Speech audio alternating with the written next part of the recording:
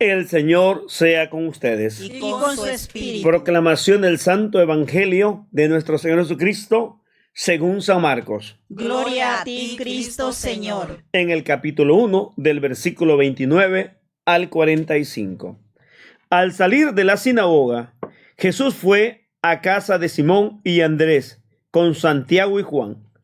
La suegra de Pedro estaba en cama con fiebre, por lo que enseguida le hablaron de ella. Jesús se acercó y tomándola de la mano, la levantó.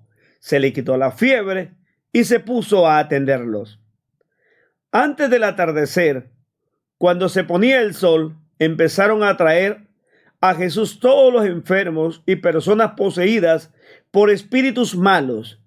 El pueblo entero estaba reunido ante la puerta. Jesús sanó a muchos enfermos con dolencias de toda clase y expulsó muchos demonios, pero no lo dejaba hablar, pues sabían quién era. De madrugada, cuando todavía estaba muy oscuro, Jesús se levantó, salió y se fue a un lugar solitario. Ahí se puso a orar.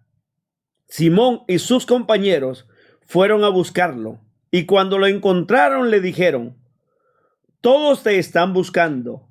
Él les contestó: «Vámonos a los pueblos vecinos para predicar también ahí, pues para esto he salido». Y Jesús empezó a visitar las sinagogas de aquella gente, recorriendo toda Galilea, predicaba y expulsaba a los demonios. Se le acercó un leproso que se arrodilló ante él y le suplicó: «Si quieres, puedes limpiarme». Sintiendo compasión, Jesús extendió la mano y lo tocó diciendo: «Quiero, queda limpio».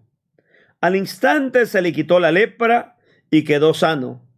Entonces Jesús lo despidió, pero le ordenó enérgicamente: «No cuentes esto a nadie, pero vete y preséntate al sacerdote y haz por tu purificación la ofrenda que ordena la ley de Moisés, pues tú tienes que hacer tu declaración». Pero el hombre, en cuanto se fue, empezó a hablar y a divulgar lo ocurrido, de tal manera que Jesús ya no podía entrar públicamente en el pueblo. Tenía que andar por las afueras, en lugares solitarios, pero la gente venía a él de todas partes. El Evangelio del Señor. Te alabamos, Cristo Señor. Nuevamente vemos a un Cristo incansable, que trabaja anunciando el reino, que camina de aldea en aldea, de pueblo en pueblo, y siempre va haciendo lo que Dios, su Padre, le mandó.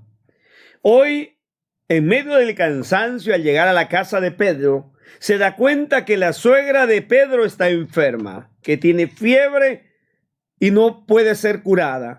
Jesús se acerca a ella, es compasivo y desde el amor del Padre la toma de la mano, la incorpora sana nuevamente a la sociedad, y ella, en agradecimiento al Señor, se pone a servir a todos los que están en casa.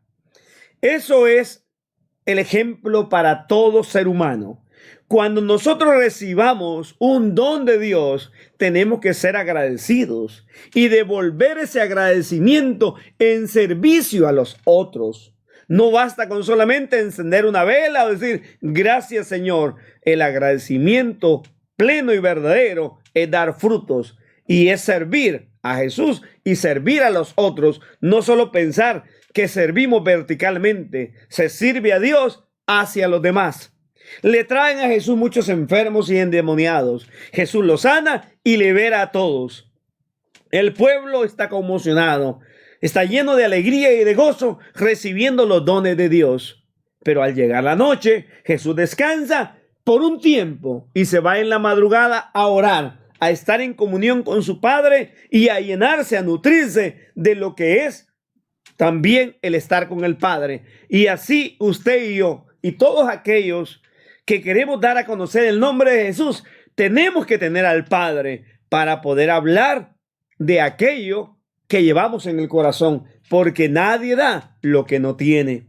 Mientras los discípulos van a buscar a Jesús y a decirle, hay un pueblo que te busca, Señor, que te sigue, Jesús va a enseñar, hay que ir a otros también que no conocen a Jesús.